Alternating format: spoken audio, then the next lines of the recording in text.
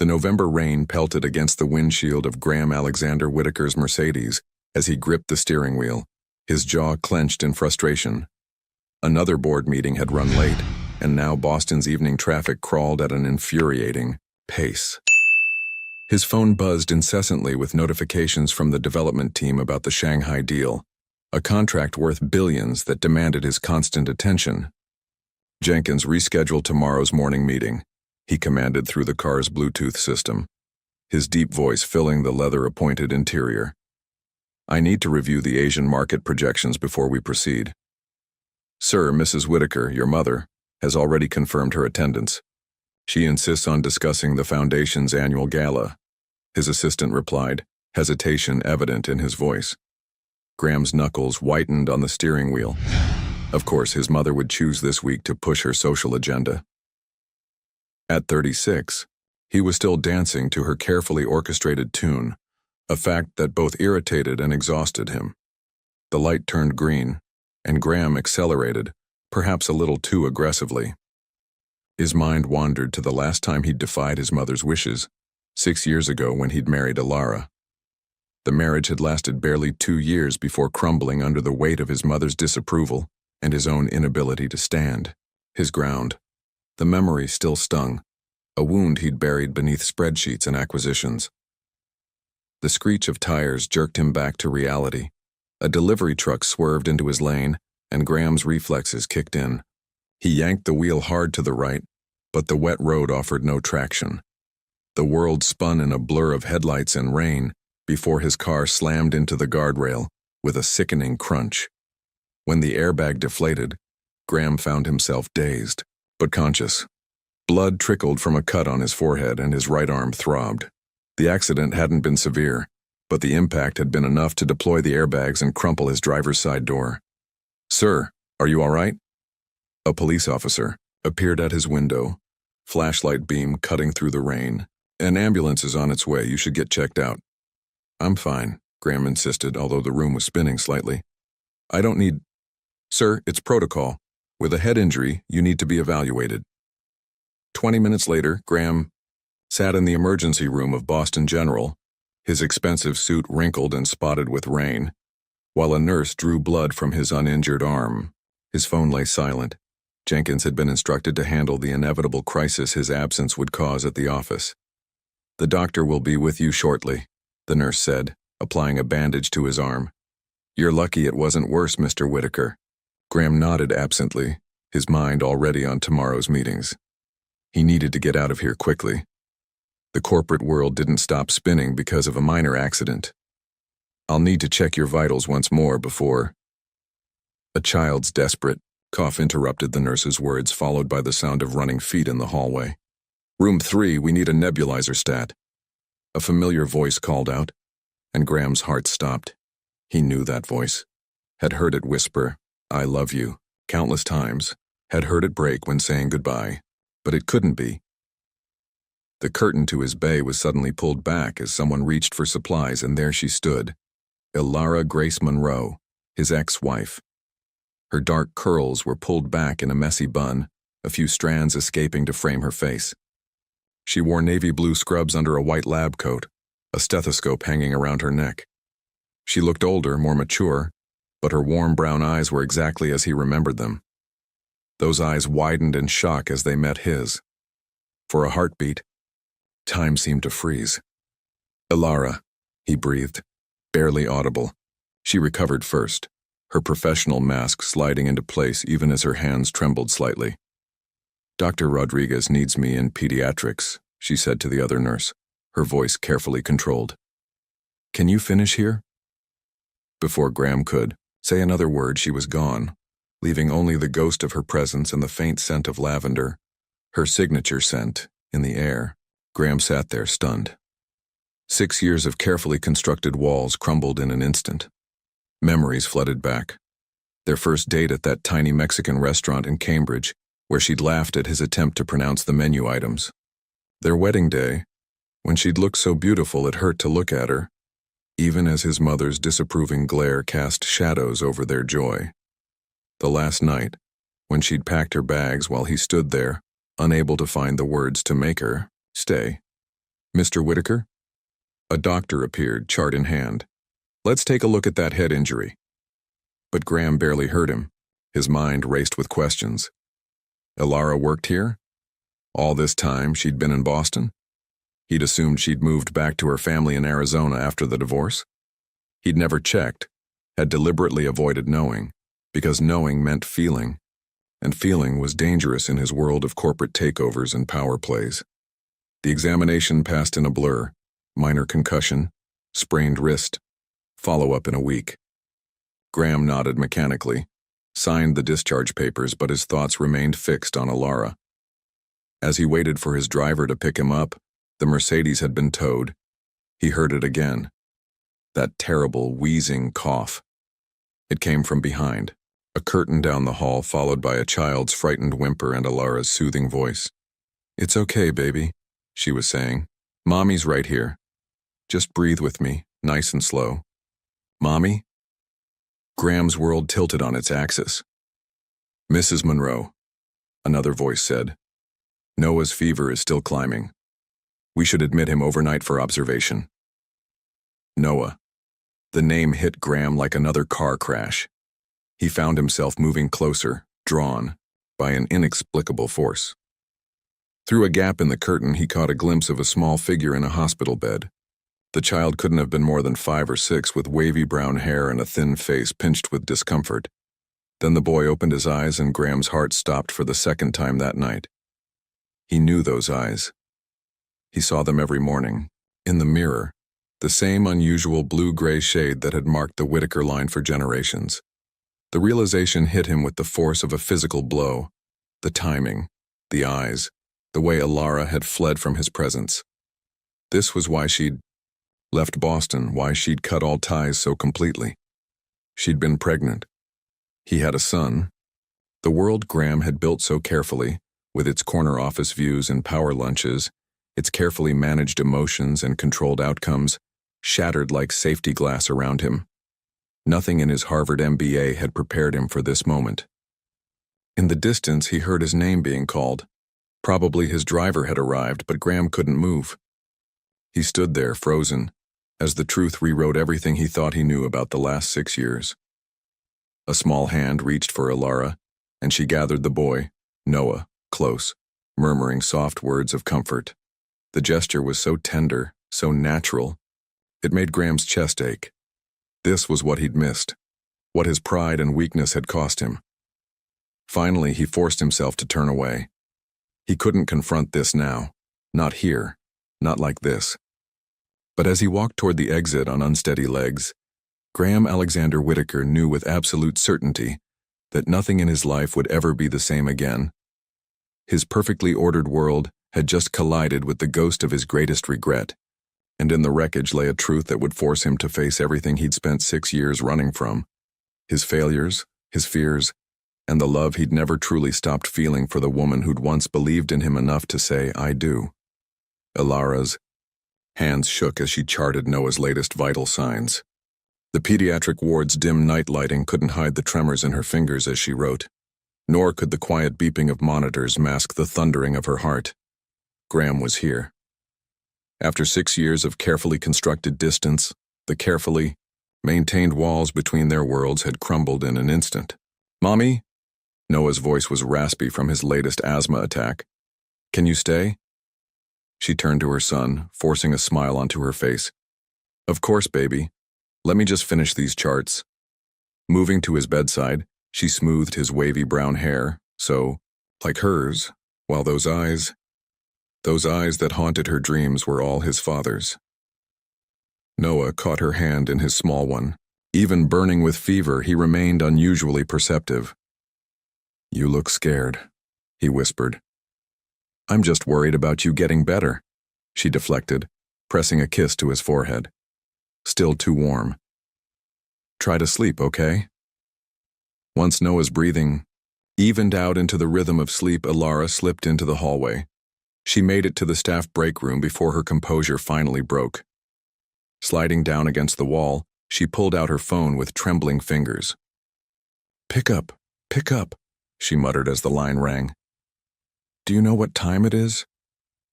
Her best friend Lucia's voice was thick with sleep. "He's here," Ilara whispered. "Graham. He saw Noah." There was a sharp intake of breath, then rustling as Lucia, presumably, sat up in bed. "What? How?" "Car accident, minor, but—" Ilara's voice cracked. "Lucia, you should have seen his face when he realized. I don't know what to do." "First, breathe," Lucia commanded. "Is Noah okay?" "Fever's still high. Dr. Rodriguez wants to keep him overnight for observation." Ilara pressed her free hand against her eyes. "What if Graham tries to take him away? His family has so much money, so many connections." "Stop," Lucia cut in firmly. "You're catastrophizing. Graham might have been weak when it came to his mother, but he was never cruel. Besides, you have rights. You've been Noah's only parent for 5 years. 6, Ilara corrected automatically. "I was already pregnant when—" She couldn't finish the sentence. "When he chose his mother over you," Lucia completed softly. "I remember." The memory rose unbidden. Graham's mother, Evelyn Whitaker, resplendent in her designer suit, cornering Ilara in the powder room during a charity gala. "Dear," she'd said, voice dripping with false concern, "you must see how this isn't working. Graham needs a partner who understands our world, our obligations. You're just making him choose between 2 lives he can never fully reconcile." A week later, when Graham had once again canceled their anniversary dinner for an urgent meeting his mother had arranged, Ilara had packed her bags. She'd been planning to tell him about the baby that night. Instead, she'd watched him stand there, silent and torn, as she walked out the door. A noise in the hallway snapped Ilara back to the present. "I have to go," she whispered to Lucia. "My shift isn't over." "Call me tomorrow," Lucia insisted. "And Ilara, remember who you are. You've raised an amazing kid on your own. Don't let anyone make you feel small." After hanging up, Ilara splashed cold water on her face and straightened. Her scrubs, professional, controlled, she could do this. But when she stepped into the hallway, her resolve was immediately tested. Graham stood there, still in his expensive suit, though it was now rumpled from the accident. A white bandage stood out starkly against his temple. "You should have told me." His voice was low, intense. Ilara glanced around quickly, grateful the hallway was empty. "You need to leave," she said quietly. "Visiting hours are over." "A son, Ilara." Graham's composure cracked, revealing raw pain beneath. "I have a son I knew nothing about for 6 years. 5 years and 4 months, she corrected, unable to help herself. "And yes, you do. His name is Noah Sebastian Monroe Whitaker. He's in kindergarten. He loves dinosaurs and space, and he has severe asthma that keeps landing him in this hospital." Graham flinched at the bitterness in her tone. "Monroe Whitaker? I never denied his heritage." Ilara crossed her arms. "I just protected him from it." "Protected him?" Graham stepped closer, his height forcing her to look up. "Or punished." "Me? Punished you?" Ilara's laugh was hollow. "You think this was about you? I was 28, pregnant, and had just watched my husband choose his mother's approval over our marriage. What would you have done? I would have wanted to know." "Lower your voice," Ilara hissed, glancing toward Noah's room. "He's finally sleeping." Graham ran a hand through his dark hair, a gesture so familiar it made her heart ache. "I have rights. Legal rights you never knew to exercise because I never filed for child support or made any claims," Ilara pointed out. "I didn't want anything from you or your family. I still don't." "But Noah might," Graham countered. "He deserves to know his father." The words hit Ilara like a physical blow, because this had always been her greatest fear, that she'd made the wrong choice. That her desire to protect Noah from the toxic dynamics of the Whitaker family had deprived him of something vital. "He's not a business acquisition," she said finally. "You can't just walk in and take over." "I know that." Graham's voice softened. "But I can't walk away either. Not now. Not ever again." A monitor alarm beeped from down the hall, and Ilara straightened. I have to go. My patients need me. Ilara, wait. Graham reached for her arm but stopped short of touching her. Have dinner with me tomorrow. We need to talk about this properly. I don't date patients, Mr. Whitaker, she said coolly. I'm not asking for a date. I'm asking for a chance to understand my son's life. He pulled out a business card and held it out. Please. Ilara stared at the card. Thick cream stock, embossed letters, the weight of power and privilege in paper, form. Everything she'd walked away from 6 years ago. Fine, she said finally, taking the card. But not tomorrow. Noah needs to be fully recovered first. I'll call you. Graham nodded, and for a moment, she saw a flash of the man she'd fallen in love with, the one who existed beneath the corporate armor and his mother's expectations. Then he straightened, mask falling back into place. I'll wait, he said simply. But not forever. Ilara watched him walk away, his slightly unsteady gait the only sign of his earlier accident. Once he disappeared around the corner, she leaned against the wall, pressing her hand against her chest where her heart beat a painful rhythm. In Noah's room, the monitors beeped steadily, marking the rhythm of her son's breathing. She moved to his bedside, studying his sleeping face. He looked so much like Graham when he slept. The same serious set to his mouth, the same long eyelashes. I'm sorry, baby, she whispered, though she wasn't sure exactly what she was apologizing for. For keeping him from his father? For not being brave enough to fight harder 6 years ago? For the storm she knew was coming? Noah stirred slightly, mumbling something about rockets in his sleep. Ilara smiled despite her turmoil. Her son, their son, was the best of both of them. Graham's determination, her compassion, their shared curiosity about the world. Maybe that was why she'd given him the Whitaker name, even if only as a hyphen. Some part of her had always known this day would come, had perhaps even hoped for it in the secret corners of her heart where first love never truly dies. The night stretched ahead, full of uncertainty. But as Ilara settled into the chair beside Noah's bed, she made herself a promise. Whatever happened next, whatever Graham's reappearance meant for their carefully ordered life, she would face it with the same strength that had carried her through the last 6 years. After all, she wasn't just Ilara Grace Monroe anymore. She was Noah's mother. And that made her stronger than any fear, any regret, any lingering echo of the love she'd never quite managed to forget. Graham sat in his home office staring at the Boston skyline through floor-to-ceiling windows. Dawn painted the glass towers in shades of pink and gold, but he hadn't slept. Instead, he'd spent the night diving into a digital rabbit hole, searching for every trace of the life he should have known about.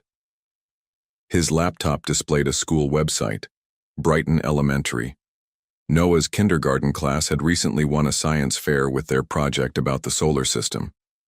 In the group photo, Graham spotted him immediately, a small figure in a NASA t-shirt holding a model of Jupiter. His son. The word still felt foreign, shocking, miraculous.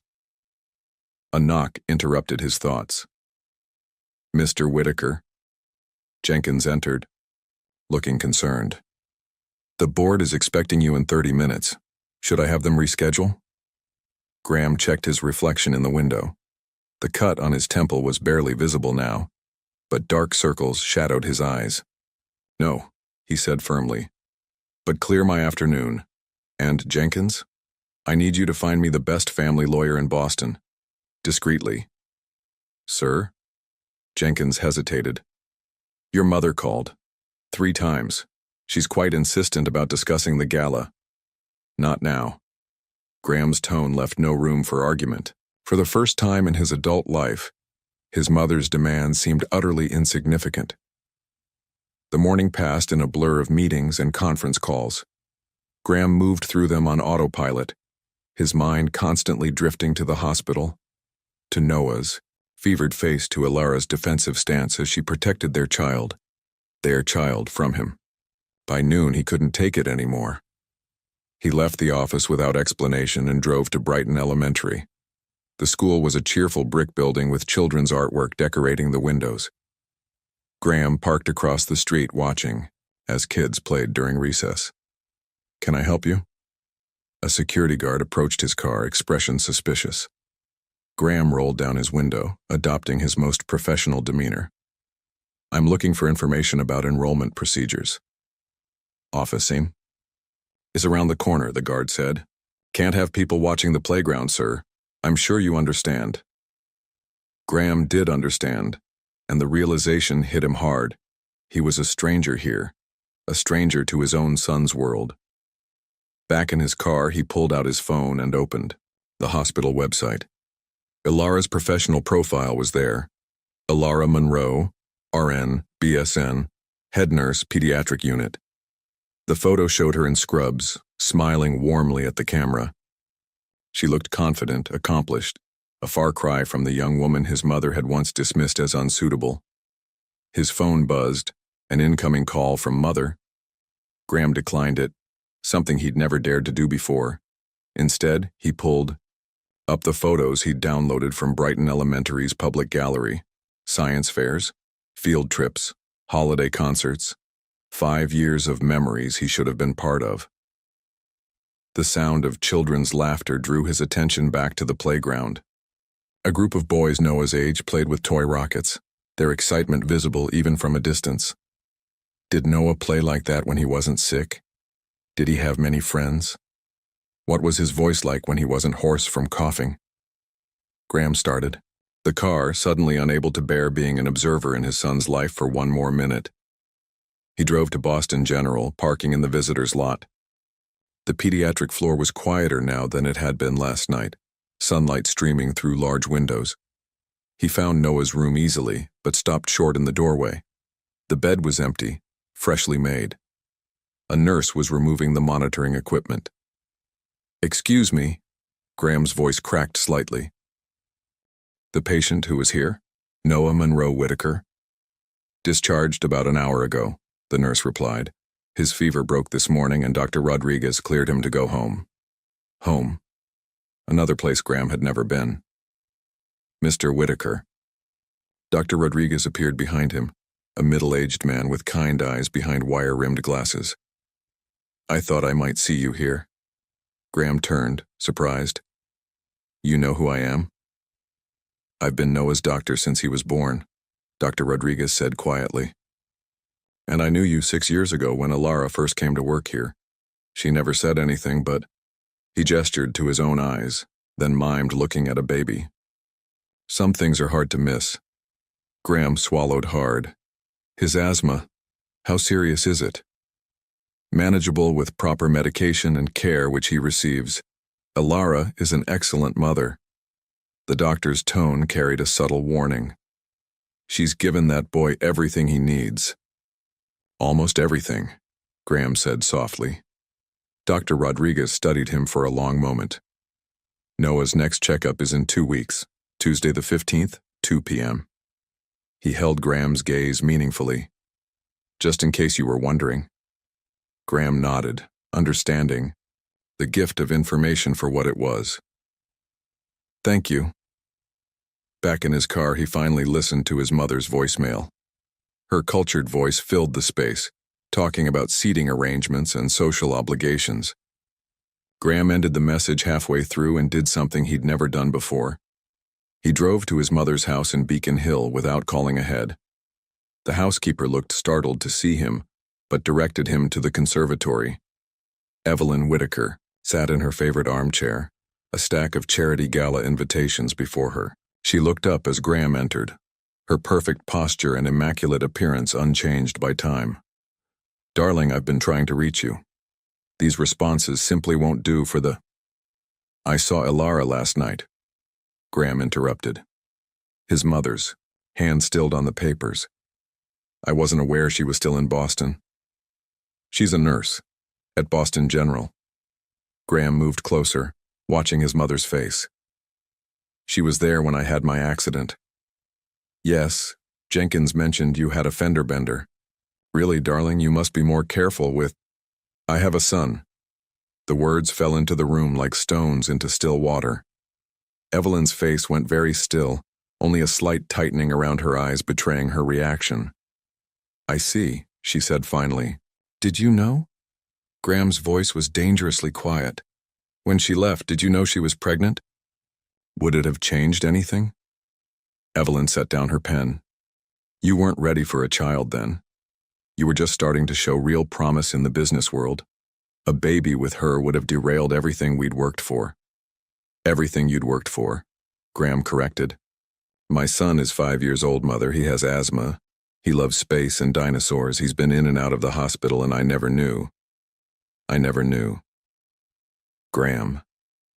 His mother's voice took on the reasonable tone he'd heard so many times before.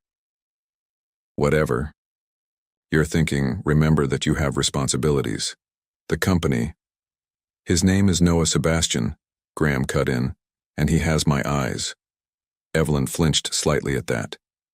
The Whitaker eyes were legendary in their social circle, a mark of breeding his mother had always been proud of. "What do you want from me?" she asked finally. "Nothing." Graham straightened to his full height. "For the first time in my life, absolutely nothing. I'm not here for your approval or your advice. I'm here to tell you that things are going to change. You can't seriously be thinking of disrupting your life for my son." Graham's voice cracked like a whip. "He's my son. And Alara. She did what you forced her to do. She protected him from us, from this." He gestured around the perfectly appointed room.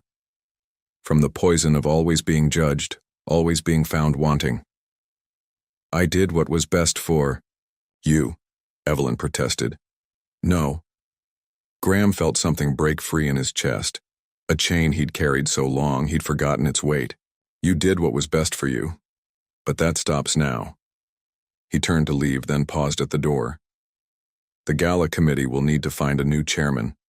I'm going to be busy learning how to be a father." His mother called after him, but Graham kept walking. Out of the house, down the manicured steps into the bright afternoon sunlight. His phone buzzed with a text message. "Unknown number. Noah's feeling better. We should talk. Dinner tomorrow?" Graham's hands shook slightly as he saved Alara's number. For the first time since last night's accident, he felt like he could breathe properly. He typed back, "Name the time and place, I'll be there." Then he did something else he'd never done before. He canceled all his meetings for the next day. Whatever happened at dinner with Alara, it would be the most important meeting of his life. Because somewhere in Boston, a little boy with his eyes was feeling better. A little boy who liked space and dinosaurs. A little boy who deserved more than being a secret or a shame or a disruption. A little boy who deserved a father. Alara stood in front of her bedroom mirror, questioning her choice of outfit for the third time. The simple navy blue dress was professional enough for a serious discussion, but nice enough for the upscale restaurant Graham had suggested. Her curls were loose tonight, framing her face the way they used to when... No, she wouldn't go there. "Lucia, I don't know about this." She spoke into her phone, which lay on the dresser. "Maybe we should meet somewhere more casual."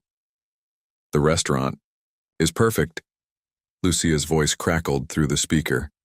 "Neutral territory, public enough to keep things civil, private enough to talk.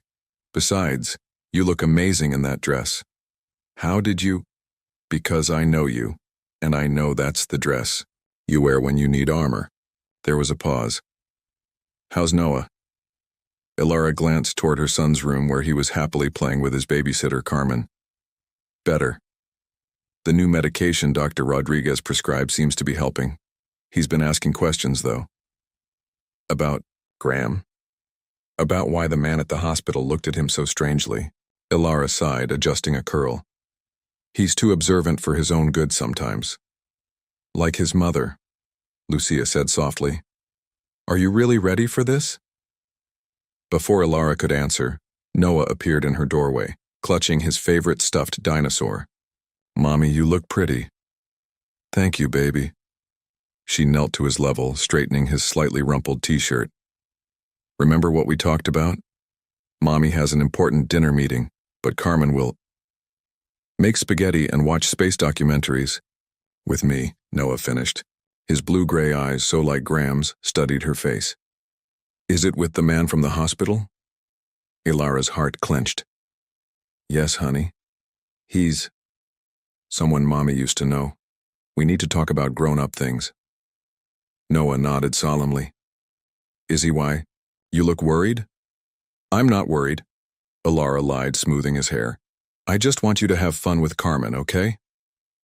After one final hug and several reassurances to both Noah and Carmen, Ilara found herself driving downtown.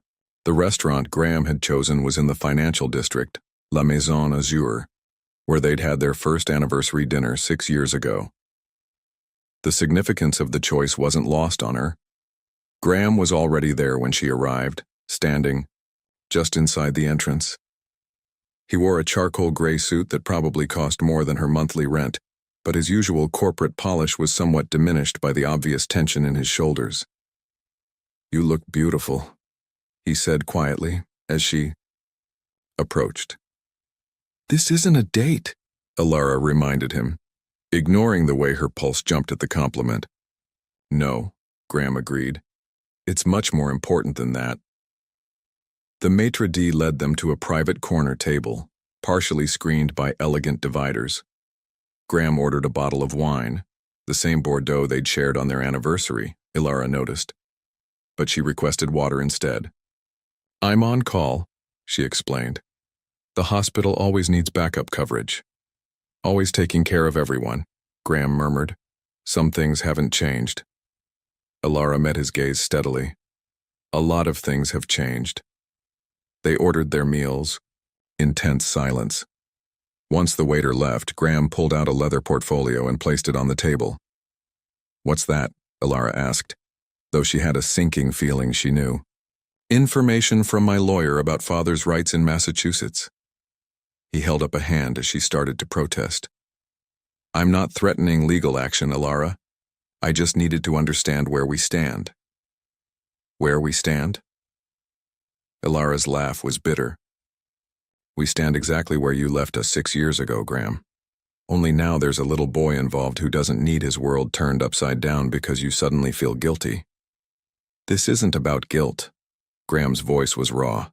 "This is about my son, our son, who has my eyes in your smile and loves space so much he wore a NASA shirt to his science fair." Ilara's hand trembled as she reached for her water. "You've been checking up on him." "Of course I have. I've missed 5 years of his life. I'm trying to catch up." He leaned forward. "Tell me about him, please." The please undid her. "Graham, Alexander Whitaker didn't say please to anyone except when he truly meant it." "He's smart," she found herself saying. "Too smart sometimes. He asks questions about everything. Last week he wanted to know why the sky is darker in space than on Earth. He wasn't satisfied until we looked up actual scientific explanations." Graham's smile was painful in its pride. "He gets that curiosity from you. He gets a lot of things. From you too," Ilara admitted. "The way he furrows his brow when he's concentrating. How he always needs to understand the why of things. His determination. When he decided he wanted to learn about constellations, he made me read astronomy books every night for a month." "I want to know him," Graham said softly. "I want to be part of his life." "It's not that simple." Ilara set down her glass. "You have a whole other life, Graham. Board meetings, social obligations, your mother's—" "I told her," he interrupted, "about Noah. Yesterday." Ilara felt the blood drain from her face. "You what?" "She needed to know that things are changing. I'm changing." His hand moved across the table, not quite touching hers. "I've spent 6 years trying to be the son she wanted, the CEO everyone expected. But the moment I saw Noah, I realized none of that matters compared to being the father he deserves." "Pretty words," Ilara said, though her voice shook. "But what happens when your mother starts interfering? When she decides Noah needs to attend the right schools, meet the right people? When she looks at him and sees another generation to mold into her image of perfection?" "She won't." Graham's voice hardened. "Because this time, I won't let her. Like you didn't let her 6 years ago?" The words hung between them, heavy with shared pain. Their meals arrived, providing a momentary reprieve from the tension. "I was wrong," Graham said finally, pushing his barely touched food aside. "I was a coward who let my mother dictate my life because it was easier than standing up to her. I lost you because of it. But I won't lose Noah, too." "He's not yours to lose," Ilara pointed out. "He doesn't even know you exist." "But he could." Graham pulled out his phone, showing her a photo. "Look." It was Noah at the science fair, beaming at the camera, his project about Jupiter displayed proudly. "Where did you get this?" "School website. Public gallery." Graham scrolled through. More photos. He won the class reading contest in September. He played a star in the winter concert. He helped plant the school garden in spring. "I've learned more about my son in 2 days than some fathers learn in years, but it's not enough. I want to be there for the next science fair, the next concert, the next time he's sick and scared in a hospital bed." Tears pricked at Ilara's eyes. "You can't just walk into his life and—" "I know," Graham cut in gently. "I know it has to be slow, careful, on your terms. But please, Ilara, give me a chance to be his father." The raw honesty in his voice made her chest ache. She thought of Noah's questions about his father, carefully asked and gently deflected over the years, thought of how his eyes lit up when he saw other kids with their dads at school events. "We'd need rules," she said finally. "Boundaries." Hope blazed in Graham's eyes. "Anything. No unsupervised visits until Noah is comfortable with you. No telling your mother where we live. No lawyers or legal threats, and if you ever put him through what you put me through, I'll take him so far away you'll never find us." "I understand." Graham's voice was solemn. "I won't let either of you down again." Ilara took a deep breath. "He has a checkup next Tuesday at 2 p.m. Dr. Rodriguez already told you, didn't he?" Graham had the grace to look sheepish. He might have mentioned it. "You can come," Ilara said, as a first step. "But Graham," she met his eyes firmly, "this isn't about us. Whatever happened between us stays in the past. This is about Noah." "Agreed," Graham said, though something flickered in his eyes that made Ilara's heart beat faster. "Noah comes first." As they finished their meals and prepared to leave, Ilara found herself studying Graham. He looked the same on the surface, handsome, powerful, controlled, but there was something different in his bearing, a new vulnerability in the way he looked at her. "Thank you," he said as they reached their cars, "for giving me this chance." Ilara nodded, not trusting herself to speak. As she drove home, her mind raced with questions and doubts. Had she made the right decision? Was she opening Noah up to heartbreak? Was she opening herself up to— No, this wasn't about her heart. This was about her son, who deserved to know his father, even if that father came with complicated emotions and an even more complicated past. When she got home, she found Noah asleep on the couch, his dinosaur clutched tight, a documentary about Mars playing softly on the TV. Looking at him, Ilara saw what she always saw, the perfect blend of herself and Graham, a miracle she'd carried alone for too long. Maybe it was time to share that miracle with the one person who had an equal right to love him, even if that meant risking her own carefully guarded heart in the process. Tuesday arrived with the weight of destiny. Graham paced his office, checking his Patek Philippe watch for the 10th time in as many minutes. 1:15 p.m. He'd cleared his entire afternoon, something that had sent ripples of shock through the corporate office. "Sir?" Jenkins appeared in the doorway. "The board members are asking about the Shanghai presentation." "You have my notes," Graham replied, adjusting his tie. He'd changed it 3 times already. "Handle it." "And your mother called again. She's quite insistent about—" "Not now, Jenkins." Graham grabbed his coat. "Not today." The drive to Boston General felt simultaneously too long and too short. Graham parked in the visitor's lot at 1:45 p.m., his heart thundering against his ribs. He'd faced hostile takeovers with less anxiety than he felt walking into the pediatric wing. Ilara was already there, wearing scrubs under her white coat. She'd worked the morning shift, she'd explained in her brief text confirming the appointment. Noah sat beside her in the waiting room, legs swinging, absorbed in a book about planets. Graham's breath caught. In the harsh fluorescent lighting, the resemblance between them was even more striking. Noah had Ilara's delicate features and warm complexion, but the set of his jaw, the serious concentration in his eyes, those were pure Whitaker traits. "Remember what we talked about?" Ilara was saying softly to Noah. "Dr. Rodriguez wants someone else to sit in on your checkup today. Someone who's very interested in helping you feel better." Noah looked up, his blue-gray eyes meeting Graham's directly. There was no fear in that gaze, only curiosity, the same analytical look Graham saw in the mirror every morning. "You're the man from last week," Noah said, his voice clear and surprisingly articulate for a 5-year-old. "When I was sick." Graham moved closer, fighting to keep his voice steady. "That's right, I'm Graham. Why were you looking at me that night?" The directness of the question, so innocent yet so penetrating, made Graham's chest tight. Ilara touched Noah's shoulder. "That's part of what we need to talk about, baby. But first, let's let Dr. Rodriguez check you out, okay?" The examination room was cheerfully decorated with space-themed murals, rockets soaring past planets, astronauts floating among stars. Noah climbed onto the examination table without hesitation, clearly comfortable in this environment. Dr. Rodriguez entered, his kind eyes taking in the scene. "Well, look who's here for your checkup, Noah. Quite a full house today." The doctor's examination was thorough but gentle. He listened to Noah's breathing, checked his peak flow measurements, and reviewed his medication schedule.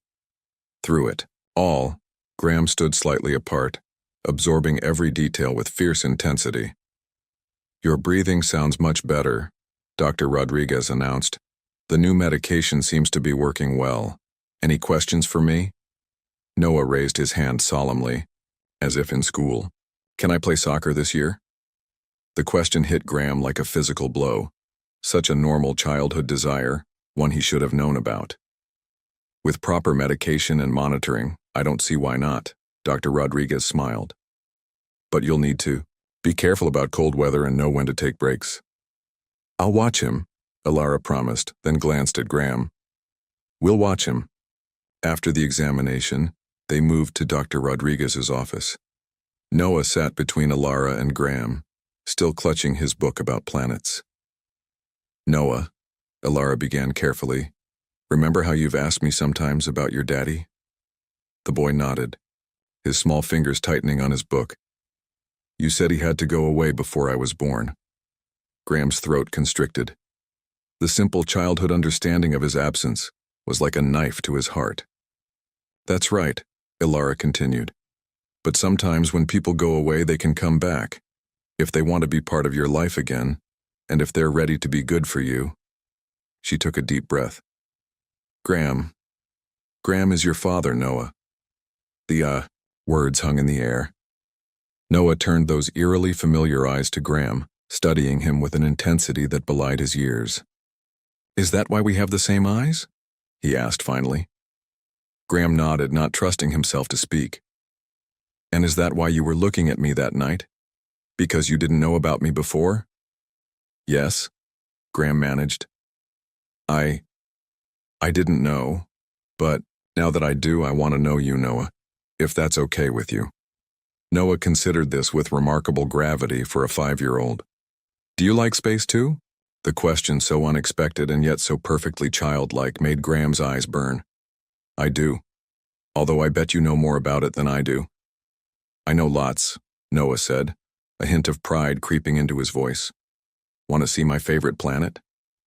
He opened his book, finding a page about Jupiter. "It has 79 moons, that's more than any other planet, and see this spot?" He pointed to the great red spot. "It's a storm that's been going for hundreds of years." Graham leaned in, hyper-aware of how close this brought him to his son. "That's amazing. What else can you tell me about it?" For the next 15 minutes, Noah enthusiastically shared his knowledge about Jupiter, solar storms, and space exploration.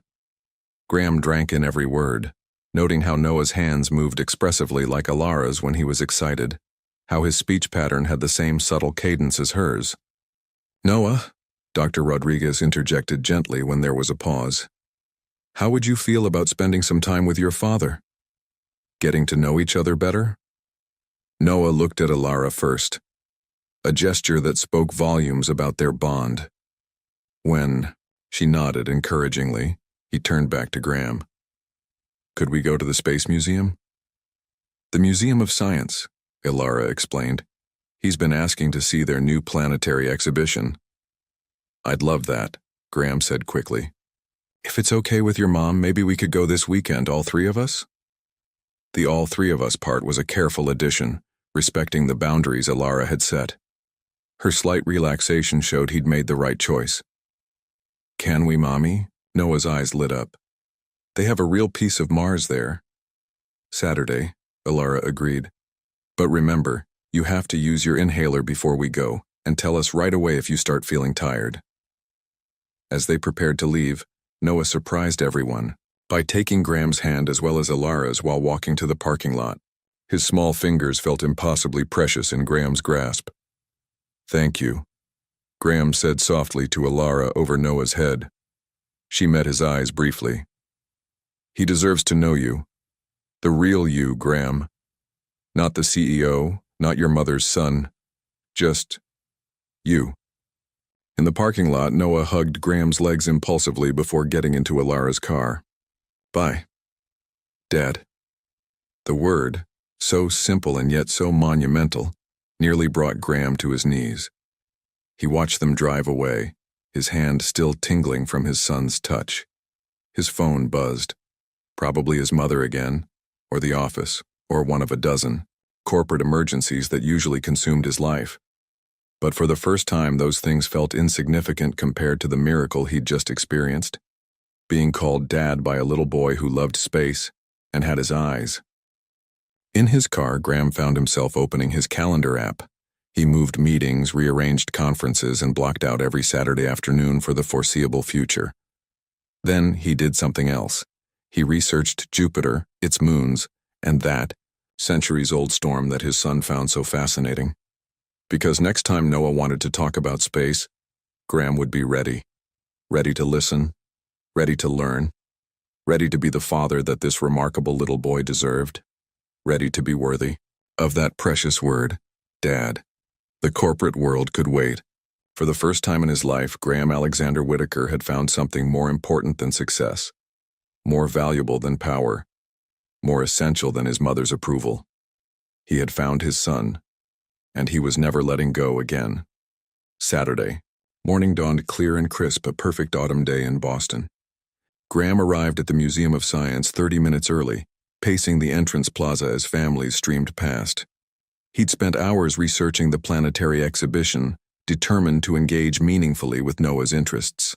His phone buzzed, a text from Alara. Running 10 minutes late, Noah insisted on bringing his space notebook. Graham smiled, already familiar with the beloved notebook where Noah recorded his scientific observations.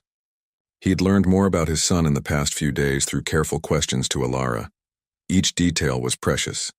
Noah's favorite dinosaur, Stegosaurus, his bedtime, 7:30 p.m., his habit of humming while he drew. Dad. The call made Graham's heart leap. Noah ran toward him, backpack bouncing, Alara following at a more measured pace. The boy wore a blue sweater with planets embroidered on it, and Graham noticed his shoelaces were patterned with stars. "Hey, buddy." Graham knelt to Noah's level, something he'd read about in one of the parenting books he'd devoured this week. "Ready to explore space?" Noah nodded enthusiastically, already unzipping his backpack to show his notebook. "I made a list of questions about Mars. Did you know it has 2 moons? They're called Phobos and Deimos, and let's get inside first," Alara suggested gently. She looked lovely in casual jeans and a burgundy sweater, her curls loose around her shoulders. "Remember to pace yourself, honey." Graham caught her meaning. Noah's excitement could sometimes trigger his asthma. Your mom's right. We have all day to explore. They got their tickets, Graham insisting on paying despite Alara's protest. As they entered the main hall, Noah between them, Graham felt an unfamiliar sensation. Contentment. This was how it should have been all along. The planetary exhibition was spectacular, with interactive displays and real meteorite samples. Noah moved from exhibit to exhibit, his enthusiasm infectious as he shared facts about each planet. Graham found himself genuinely fascinated, not just by the information but by the way his son's mind worked, analytical and imaginative at once. Look, Noah pressed his face against a display case containing a reddish rock. That's the real piece of Mars. It came from a meteorite that landed in Antarctica. Actually, a cultured voice cut in, it's from the Sahara Desert. Really, dear, you should verify your facts. Graham's blood ran cold. He knew that voice. Turning, he found himself face to face with his mother. Evelyn Whitaker stood there in an expensive cashmere ensemble, her perfectly coiffed hair and diamond earrings distinctly out of place among the casual weekend crowd. Behind her, Graham spotted her driver hovering uncertainly. Mother. Graham's voice was tight. What are you doing here? I had to see for myself. Evelyn's eyes fixed on Noah, who had instinctively moved closer to Alara. When you missed the foundation meeting this morning, which we need to discuss, by the way, I had Jenkins tell me where you'd be. Graham made a mental note to fire Jenkins first thing Monday morning. Mrs. Whitaker. Ilara's voice was coolly professional, her arm protectively around Noah. This isn't the time or place. Evelyn's gaze swept over Ilara dismissively before returning to Noah. Her expression softened slightly. Well, there's no denying those eyes. He is a Whitaker, through and through. We'll need to discuss his education, of course. Phillips Academy has an excellent primary program. No. Graham's voice cut through the air like a blade. You don't get to do this. Not here. Not ever. Don't be dramatic, darling. I'm simply thinking of the boy's future. Surely you don't intend to leave him in public school. And those clothes, we can do better than department store planets. Noah's fingers clutched his notebook tighter, his other hand finding Alara's.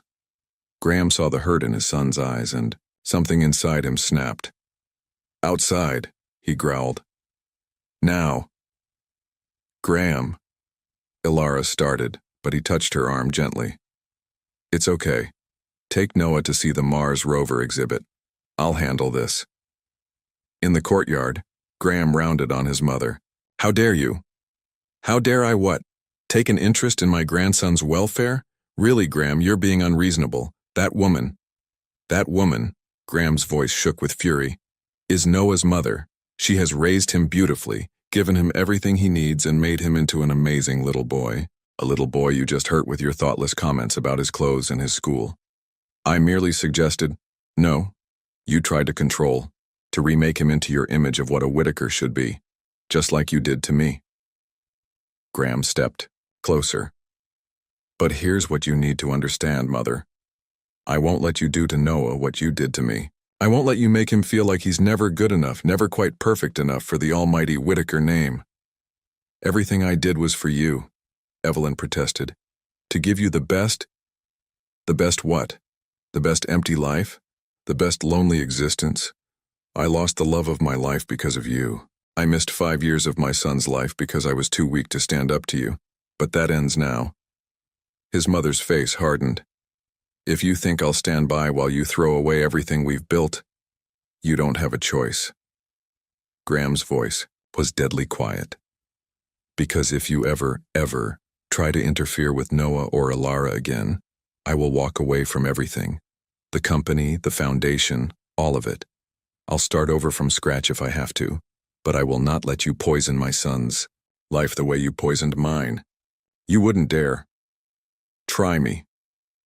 Graham pulled out his phone, pulling up his banking app. With a few taps, he transferred a significant sum to a new account. Consider that my resignation fund. Cross me on this, Mother, and I'll use it. Evelyn, stared at him, really seeing him perhaps for the first time in years. You've changed. Yes, because for the first time in my life I have something worth fighting for. Graham straightened to his full height. Now leave, and don't come near my family again without an invitation. Inside, he found Ilara and Noah in the Mars exhibit. Noah was quieter now, his earlier excitement dimmed. The sight made Graham's chest ache. Hey, buddy. He knelt beside his son. I'm sorry about that. Sometimes grown-ups, sometimes we forget what's really important. Noah looked up at him solemnly. Your mom doesn't like my sweater. Your sweater is awesome, Graham said firmly. And you know what? I learned more about space from you today than I ever learned in fancy schools. You're perfect, exactly as though you are. Noah's smile returned slowly. Really? Really? Graham touched the planets embroidered on Noah's sweater. Now, how about you tell me more about that Mars rover? I heard it sings itself happy birthday every year up there. All alone. On Mars. Pretty cool, right? As Noah launched into an explanation, his enthusiasm rekindling, Graham felt Ilara's hand brush his shoulder, a brief touch of understanding, and perhaps something more. Later, over ice cream in the museum cafe, Noah worked on his space drawings, while Graham and Ilara sat in companionable silence. Thank you, she said finally, for standing up to her. I should have done it years ago. Graham watched Noah carefully color a red spot on his Jupiter drawing. I won't let her hurt him like she hurt us. Ilara's eyes met his, full of memories and maybe, just maybe, a hint of hope. Us? Before Graham could respond, Noah proudly held up his drawing.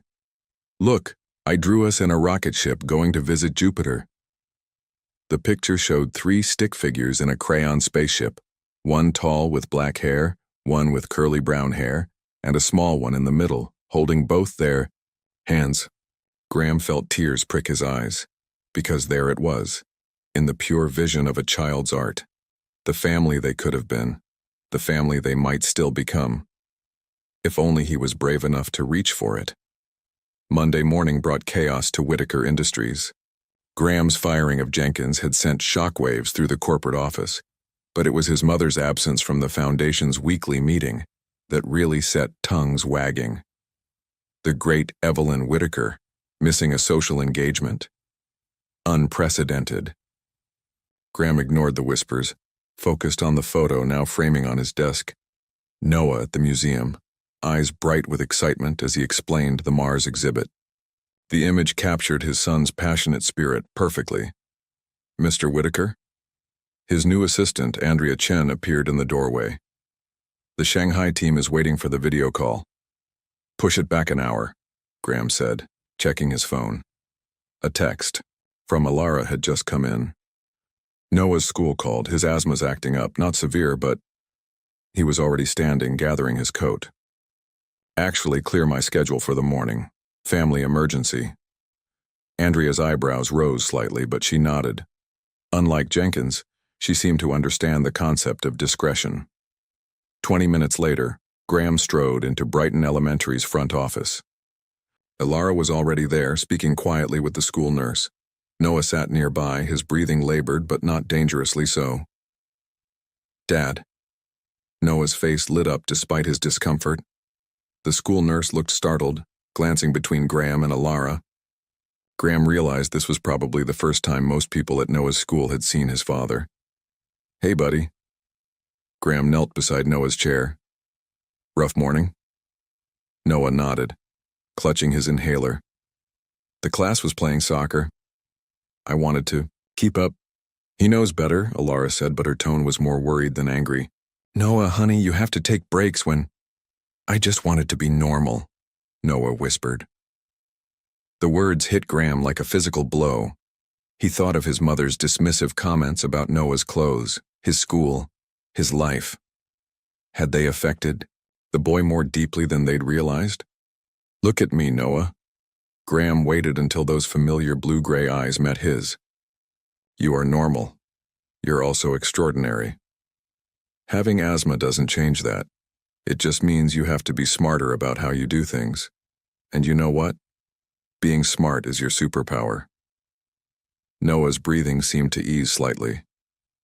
Like how astronauts have to be smart about their oxygen in space? Exactly. Graham smiled, relieved to see his son's natural curiosity resurface.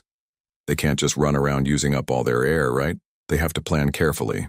I've been telling him that for ages, Alara murmured, but there was no resentment in her voice. If anything, she sounded grateful. The nurse cleared her throat. His breathing is stabilizing, but he should probably go home and rest. I'll take him, Graham and Alara said simultaneously. They looked at each other, years of unspoken feelings passing between them in that moment. We could both. Graham started carefully. Yes, Alara agreed. Noah should rest, and we need to talk anyway. They signed Noah out, Graham carrying his son's backpack while Alara held Noah's hand. In the parking lot, Noah looked between their two cars uncertainly. How about we all go in my car? Graham suggested. We can pick up Mom's car later. The drive to Alara's apartment was quiet, Noah dozing in the back seat while soft classical music played on the radio. Graham followed Alara's directions through a pleasant, middle-class neighborhood, noting the parks and libraries nearby.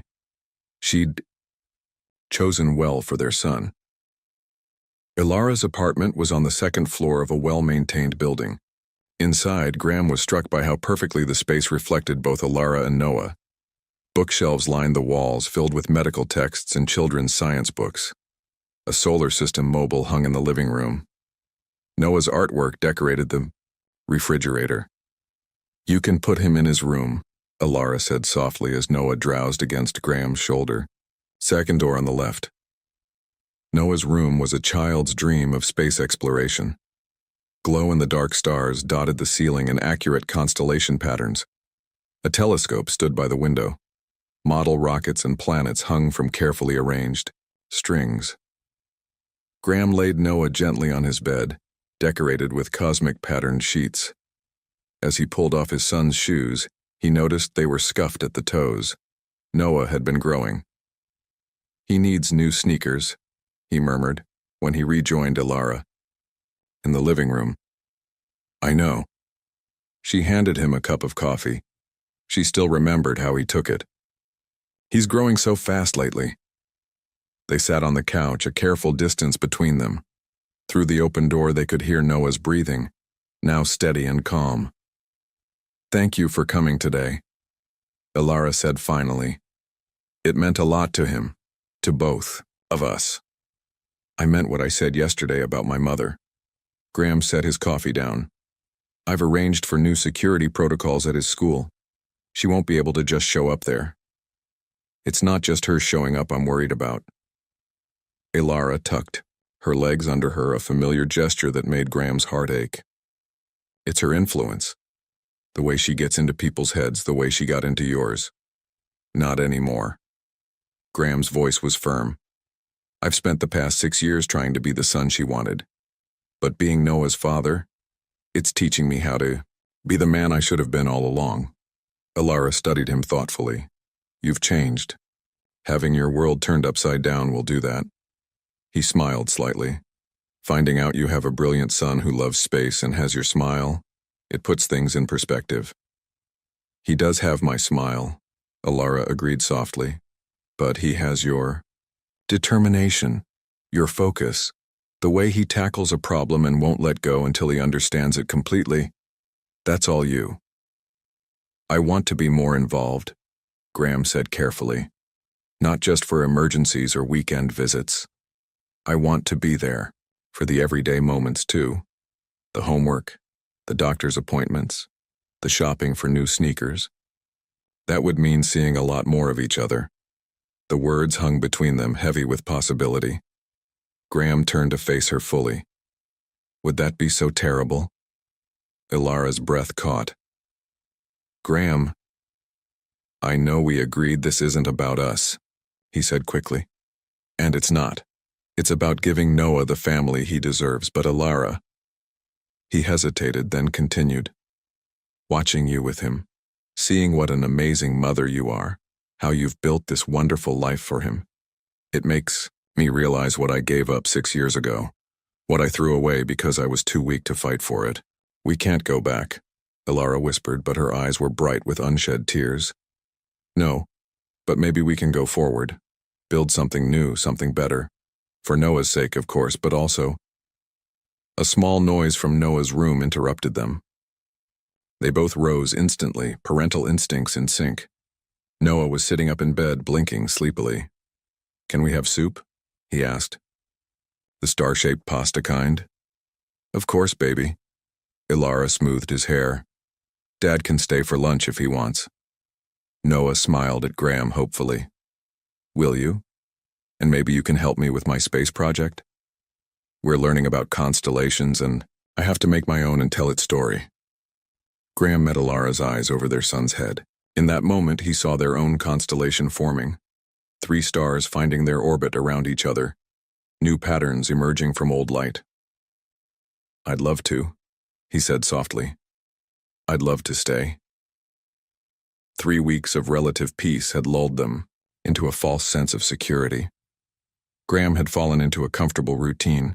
Breakfast with Noah and Ilara twice a week, school pickups on Wednesdays, weekend adventures that always seemed to end with the 3 of them sharing meals and laughter. It felt natural right until the storm hit. "Mr. Whitaker?" Andrea's voice crackled through his office intercom. "There's something you need to see."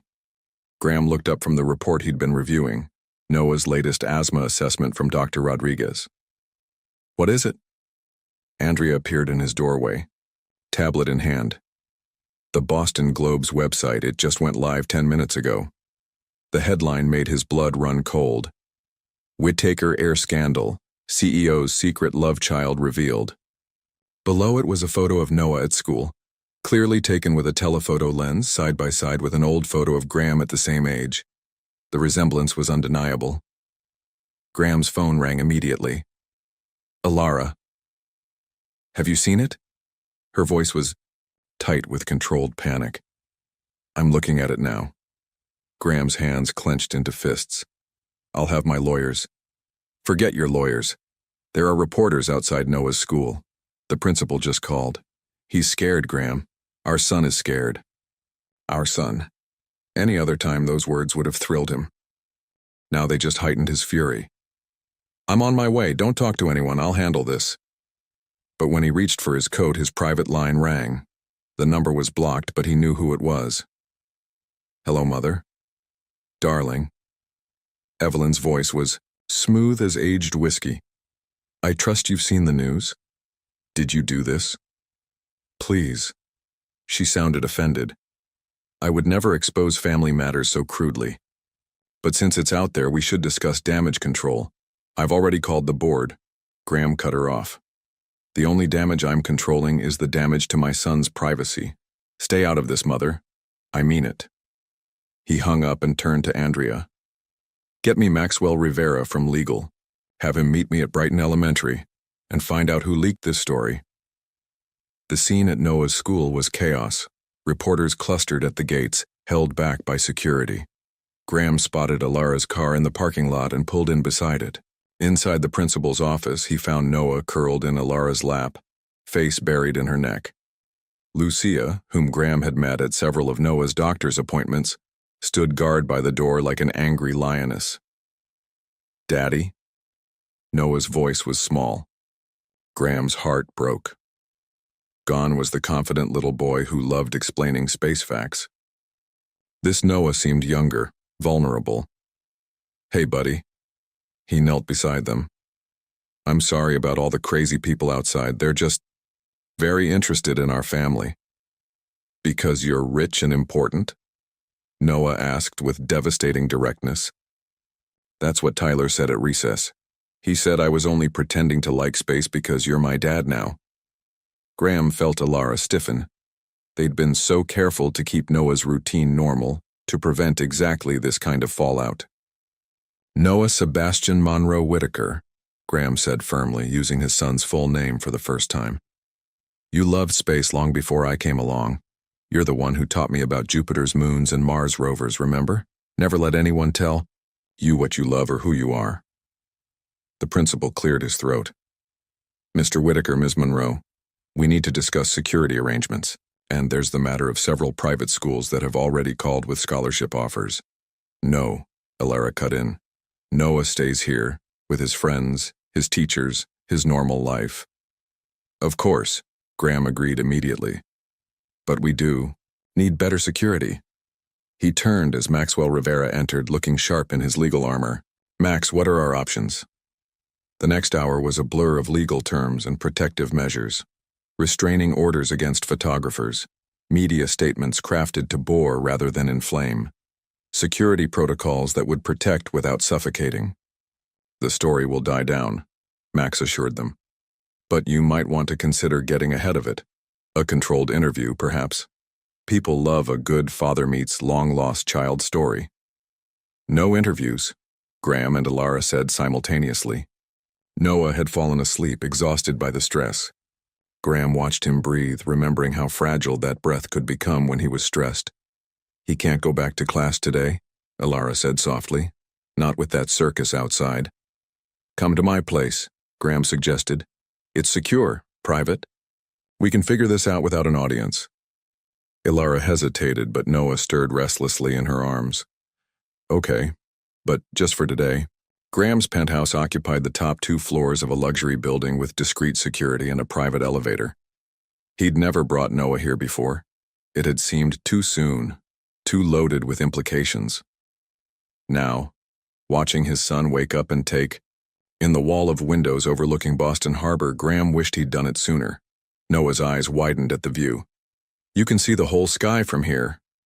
Wait until night, Graham said without thinking. The stars are amazing. Elara shot him a look. They hadn't discussed sleepovers yet. But Noah was already exploring, his natural curiosity overtaking his earlier distress. Dad, you have a telescope too. The professional-grade telescope had been a recent purchase, inspired by Noah's passion. Graham had been waiting for the right moment to share it. Want to learn how to use it? For the next hour, they lost themselves in astronomy. Graham showed Noah how to adjust the settings, while Elara ordered lunch and fielded calls from concerned friends and colleagues. It was almost normal, almost perfect, until Graham's private elevator chimed. That's impossible, he said, rising. Security knows not to. But Evelyn Whitaker had always considered herself above mere security protocols. She stepped out of the elevator like a queen entering her court. Really, darling? Ignoring my calls? Now that this is public, we need to... She trailed off, taking in the scene. Noah's backpack by the sofa, Elara's medical journals spread across the coffee table, the half-eaten lunch on the dining table. What is this? Her voice could have frozen mercury. This is my family, Graham said quietly. The family you tried to keep me from. The family I choose. Family. Evelyn's laugh was brittle. This woman who hid your child from you, who's probably after your money. Stop. Graham's voice cracked like thunder. You don't get to come into my home and insult the mother of my child. Not ever again. Noah appeared in the doorway to the study, clutching his space notebook. Dad, is everything okay? The silence that followed was deafening, because there, framed in the doorway, was living proof of everything Evelyn Whitaker had tried to deny. A perfect blend of Graham and Elara, of power and compassion, of privilege and authenticity. Noah. Evelyn's voice softened slightly. You're leaving, Graham interrupted. You're leaving, Mother, and this time don't come back until you understand what family really means. After she left, the silence felt heavy. Noah looked between his parents uncertainly. Can we go back to learning about the telescope? The simple request broke the tension. Graham laughed, a real laugh that seemed to surprise even him. Of course we can, buddy. In fact, he met Elara's eyes. Maybe you and Mom would like to stay for dinner? We could order pizza, and when it gets dark, I'll show you both how to find the constellation you invented for your school project. Can we, Mom? Noah's eyes lit up. Please? Ilara looked at their son. Their brilliant, resilient son who'd handled this day with more grace than any 5-year-old should have to muster. Then she looked at Graham, who'd finally chosen them over everything else. Yes, she said softly. We can stay. Because sometimes, in the midst of life's storms, you find your true north. Sometimes the very chaos that threatens to tear you apart actually shows you what's worth holding on to. And sometimes, watching your child learn about stars through his father's telescope, you realize that some loves are stronger than pride, stronger than hurt, stronger even than time itself. That pizza dinner turned into breakfast, which turned into another dinner and another. Before anyone quite realized it, Graham's penthouse had become their sanctuary from the media storm, a space where they could just be a family. 2 weeks. After the news broke, Graham sat in his home office watching Noah do homework at his desk. The boy had claimed a corner of Graham's massive mahogany desk, his space books and colored pencils scattered across quarterly reports. Dad? Noah looked up from his assignment. What's bigger, Jupiter's great red spot or Earth? The storm is about twice Earth's size, Graham answered automatically. He'd been studying space facts religiously, determined to keep up with his son's interests. That's what I thought. Noah scribbled in his notebook. Mom, did you hear that? Ilara appeared in the doorway, still in her scrubs from her hospital shift. She'd started keeping spare clothes at the penthouse, for convenience, she said, though Graham noticed she chose the drawer he'd always left empty in his bedroom. I heard. She smiled, dropping a kiss on Noah's head. But homework first, space facts later, remember? Graham watched them, his heart full. These casual moments of domestic harmony had become precious to him. Noah's textbooks mixed with his business files, Ilara's medical journals on his coffee table, their son's laughter echoing through rooms that had once been silent and cold. The board meeting went well? Ilara asked quietly as Noah returned to his math problems. Graham nodded. The media frenzy had actually worked in his favor, humanizing him to investors. His public acknowledgement of Noah, his fierce protection of his son's privacy, and his obvious devotion to fatherhood had transformed his image from cold corporate titan to sympathetic family man. The Shanghai deal is final, he said. But I've restructured my schedule. No more international travel without discussing it with you first. Noah's needs come before business. Ilara's eyes softened. You really have changed. You both changed me. Graham glanced at their son, who was now humming softly as he worked, a habit he'd inherited from Ilara. I never knew what I was missing until... A knock interrupted. Them. Andrea stood in the doorway looking apologetic. Mr. Whitaker, the developers for the new Children's Hospital wing are here for the final approval meeting. Graham had almost forgotten. The pediatric wing expansion, a project he'd initiated, after learning about Noah's frequent hospital stays, was nearly complete. Send them to the conference room. He turned to Noah.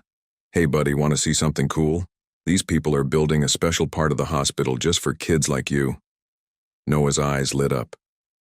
Can I show them my ideas? I drew pictures of what a space hospital would look like.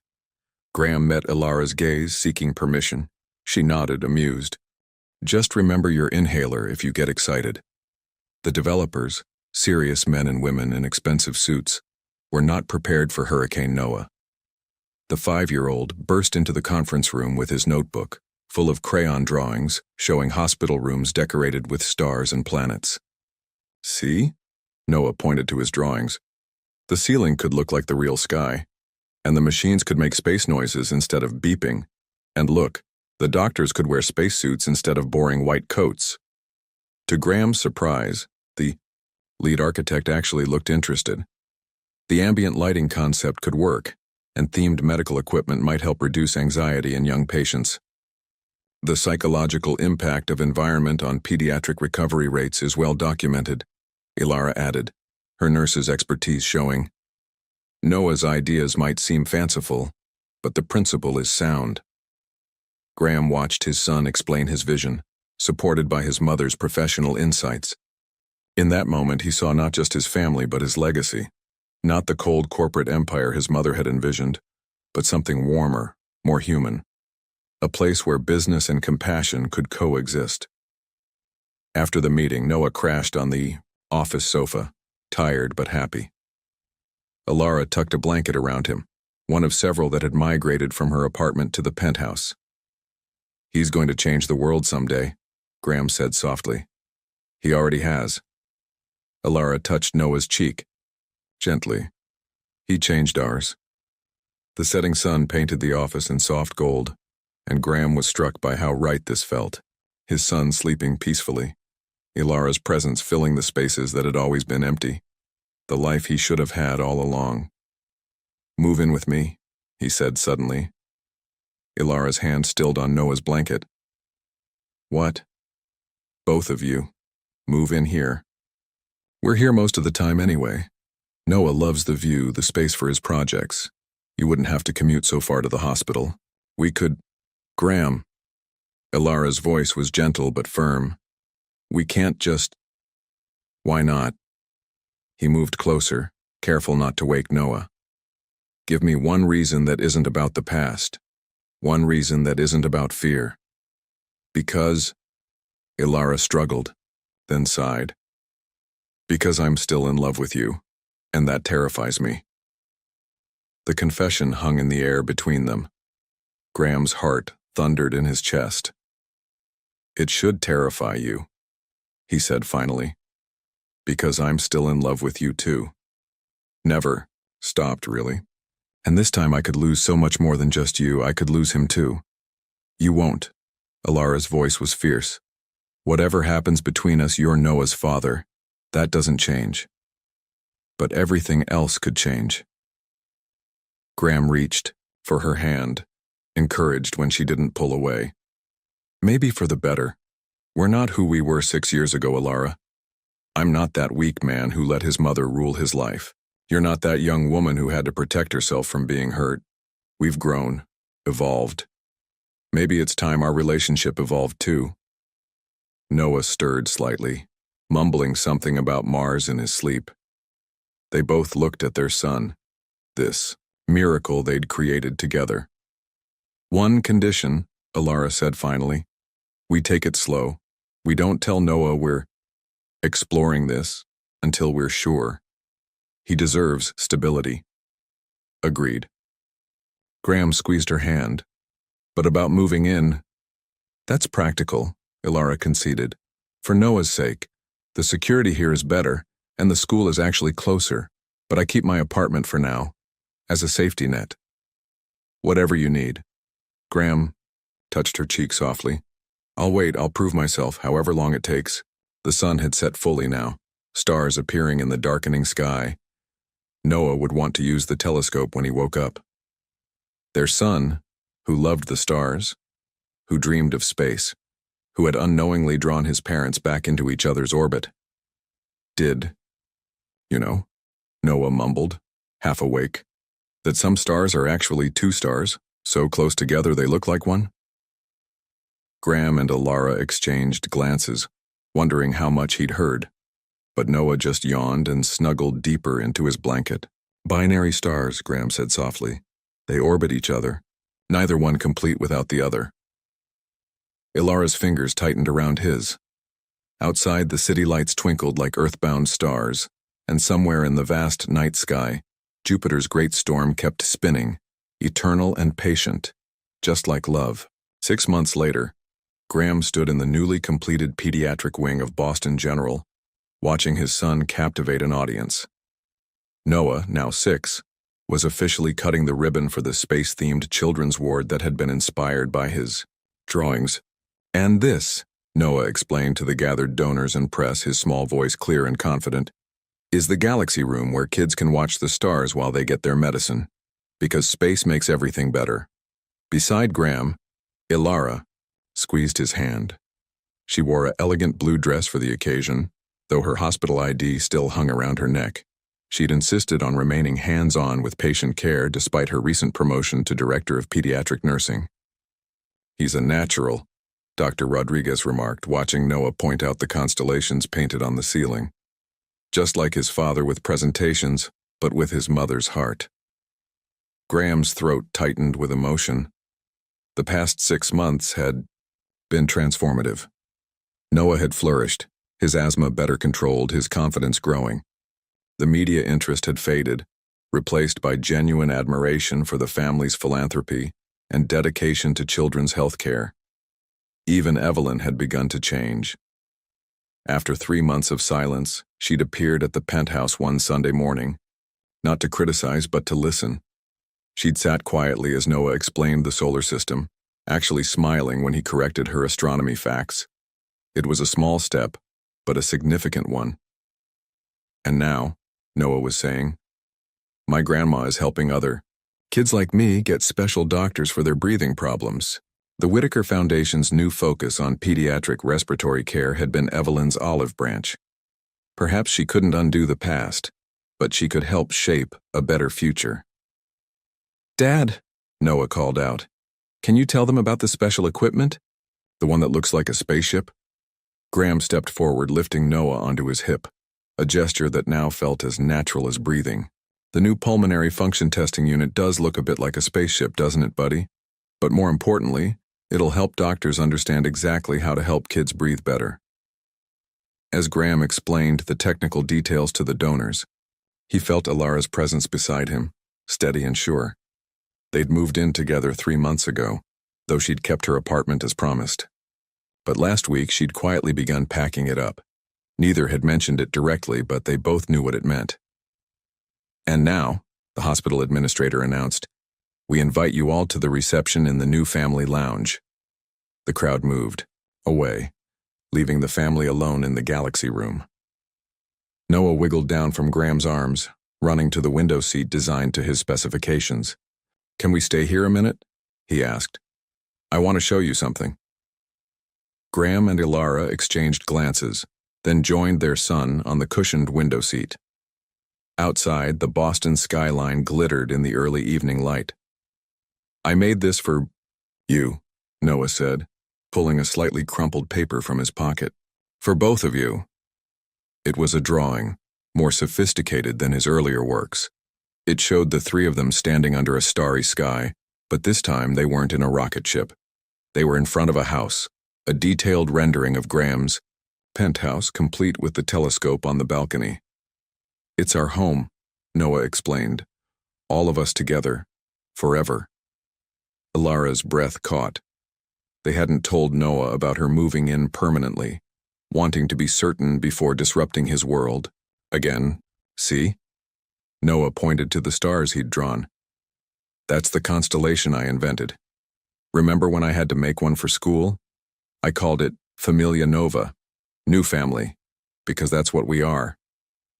Graham met Alara's eyes over their son's head. In them he saw the same love, hope, and certainty he felt in his own heart. Noah, Ilara said softly, how would you feel if we made this official? If Mom and her things moved in with you and Dad permanently? Noah's face lit up. Really? You mean it? Really, Graham confirmed. If that's what you want. But that's not all, Ilara continued, her voice trembling slightly. How would you feel if Mom and Dad got married again? Graham's heart stopped. They hadn't discussed this, hadn't planned it. But looking at Ilara now, he knew it was right. They'd spent 6 months rebuilding trust, relearning each other, creating something stronger than what they'd had before. Noah looked between them, his expression serious. Would everything change? No, buddy, Graham assured him. We'd still be us, still have our space talks and telescope nights, still be a family. We'd just be making it official, like you said in your drawing. And we'd never do it without making sure you're okay with it, Ilara added. Noah considered this with characteristic thoroughness. Would we still live here? With the telescope? And the stars? Yes, they answered together. And would Grandma still come for Sunday breakfast? She's getting better at space facts. Graham smiled. Yes, if you want her to. And would we still help other kids at the hospital? Because I have more ideas for the space rooms. Always, Ilara promised. That's part of who we are now. Noah nodded solemnly. Then I think it's a good idea. Because you know what I learned about stars? Sometimes they look separate, but they're actually binary stars always meant to be together. Like you said, Dad, remember? Graham pulled both Noah and Ilara close, his family finally complete in his arms. Through the window, the first stars of evening were appearing, including Jupiter, bright and steady in the darkening sky. I have one condition, though, Noah added seriously. What's that, baby? Ilara asked. Can we have the wedding in the galaxy room? And can I wear my NASA tie? Graham laughed, the sound full of joy and promise. I think that's perfect. After all, it was space that brought us back together. No, Ilara corrected gently, touching Noah's cheek. It was love. Love and a little boy who saw the universe in everything. Outside, a shooting star streaked across the sky, a cosmic punctuation mark to their moment of perfect alignment. Noah gasped in delight, but Graham and Ilara were looking only at each other, seeing in each other's eyes the same truth. Sometimes love takes a roundabout path through the stars. Sometimes you have to lose your way to find your true constellation, and sometimes, if you're very lucky, the universe gives you a second chance to make things right, not just for yourself, but for the beautiful, brilliant child who drew your hearts back together with crayon stars and endless dreams of space. I love you, Graham whispered, the words meant for both his son and the woman who'd given him this second chance at happiness. To infinity?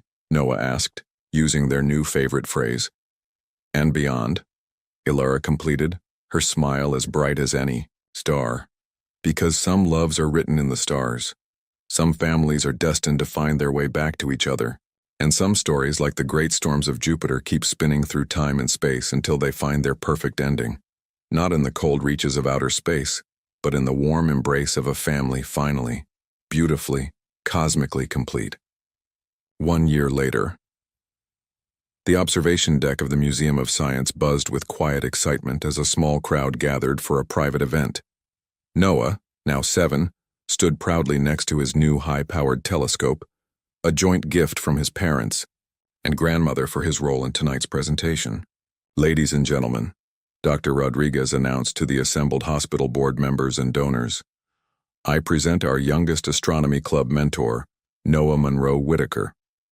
Noah stepped forward, confidence radiating from his small frame. He wore a miniature version of his father's suit, complete with his beloved NASA tie and his mother's warm smile. Welcome to the first meeting of the Children's Astronomy Health Initiative, he began, his voice clear and strong, where kids like me can learn about space while getting better. The program had been Noah's idea, combining his love of astronomy with helping other children managing chronic conditions. Every month, young patients from Boston General would gather here to stargaze, learn about space, and forget about their health challenges for a while. Graham stood at the back of the room, his arm around Ilara, who now wore not just her hospital ID but also a diamond ring that caught the starlight streaming through the observatory's dome. Their own wedding 6 months ago had indeed taken place, in the galaxy room, with Noah playing the dual role of best man and ring bearer. Look, Noah pointed excitedly through his telescope. You can see Jupiter's moons tonight. Did you know that Jupiter's great red spot is starting to change color? Scientists think it might be because... As their son launched into his explanation, Ilara leaned into Graham's embrace. He's still teaching us something new every day. Just like his mother, Graham murmured, kissing her temple. Evelyn Whitaker, seated in the front row, beamed with genuine pride as her grandson fielded questions from the audience. She'd found her own redemption in supporting Noah's vision, turning the Whitaker Foundation's considerable resources toward children's healthcare initiatives. After the presentation, the family gathered on the observation deck. Noah was showing a young patient in a wheelchair how to focus the telescope, his gentle patience pure Ilara. Dad, Mom, come look, he called. You can see our constellation. They joined him at the telescope, and sure enough, there shone the stars of Familia Nova, now officially recognized by the International Astronomical Union through a special educational initiative. The certificate hung proudly in Noah's room, right next to the crayon drawing that had started it all. "You know what else is special about tonight?" Noah asked, his eyes twinkling with a secret. "What's that, buddy?" Graham asked. "I'm going to be a big brother soon, right?" Alara gasped softly, her hand moving instinctively to her stomach. They hadn't told anyone yet. The news was barely a week old. "How did you—" she started. Noah grinned. "You've been drinking ginger tea instead of coffee, just like my friend Ashley's mom before she had a baby, and Dad's been extra careful about your lifting things at home. Plus," he added with impeccable logic, "our constellation has room for one more star." Graham laughed, pulling both Noah and Alara close. "You really don't miss anything, do you?" "Nope." Noah looked up at the stars. "I think it's a girl. Then she can be like the smaller moons of Jupiter, just as important as the big ones, but in her own special way." Through the observatory's dome, Jupiter shone bright and steady, its eternal storm a reminder that some of the universe's most beautiful things come from chaos. Just like their family had emerged from the storms of the past, stronger and more beautiful than before. "To infinity?" Noah asked, starting their familiar phrase. "And beyond," his parents responded together, their voices blending under the vast canopy of stars. Because some endings are really just new beginnings. Some families grow stronger with each challenge. And some love stories don't end with happily ever after. They just keep expanding like the universe itself, infinite in their capacity for joy, growth, and discovery. Up in the night sky, the stars of Familia Nova twinkled brightly, marking the path home for a family that had found its way not just to each other, but to a love as vast and endless as space itself. Have you ever lived a love story that took you all the way around the sun to find your true destiny? Just like Graham and Alara, who had to wait 6 years and the innocent wisdom of a child to rediscover that some loves are written in the stars. Do you believe that there are loves that never die? They just wait for the right moment to rekindle, like the constellations that always return to the same point in the sky. Your participation in the channel is very important. Please leave your opinion in the comments. Thank you for watching. If you enjoyed the story, please subscribe to our channel and leave a comment below letting us know what you thought. Your feedback and support mean a lot to us. Stay tuned for more exciting stories.